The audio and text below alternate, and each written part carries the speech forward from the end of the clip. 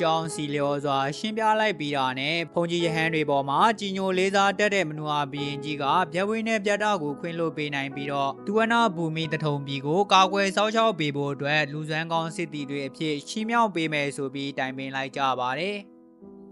အဲ့ဒီစကားသံတွေကိုကြားလိုက်ရတဲ့တက်မူကြီးကသူ့ရဲ့ယာဒူးနေရာမှာဘုံကြီးကျောင်းသားဖြစ်တဲ့ဗျဝင်းနဲ့ပြတ်တာညီကိုနှစ်ယောက်ကိုပေးအပ်လိုက်ရမှာကိုအလွန်ပဲစိုးရိမ်ပြီးတော့ဗျဝင်းနဲ့ပြတ်တာညီကိုနှစ်ယောက်ကိုလှုပ်ကြံဖို့အတွက်စတင်ကြံစီပါတော့တယ်အခုဖြစ်သူပြဝေးကသူ့ရဲ့ချစ်သူမဲအိုစာထံကာယတိတ်ထိပေါက်ပြီးကလေးကမကြောက်မရွံ့ပဲတွားရောက်ချိန်တွေ့လေးရှိပါတယ်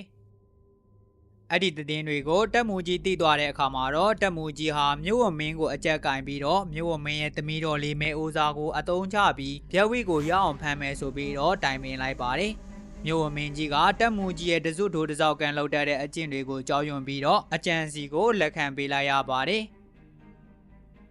တနေ့မှာတော့ညှိနှိုင်းတိုင်ပင်ထားကြတဲ့မြို့ဝမင်းနဲ့တက်မူကြီးတို့ဟာမနူဟာဘရင်မင်းကြီးထံသွားပြီးတော့တိုင်းသဘာသားလူစွမ်းကောင်းတွေဖြစ်ကြတဲ့ဖုန်ကြီးကျောင်းသားဗျဝင်းနဲ့ပြတ်တာညီကိုနှစ်ယောက်တို့ဟာအရှင်မင်းကြီးရဲ့ထီနန်းကိုလူယူဖို့အတွက်ကြံစီနေကြပါတယ်ဆိုပြီးတော့တွားရောက်ဂုံချော်လျှောက်တင်ကြပါတယ်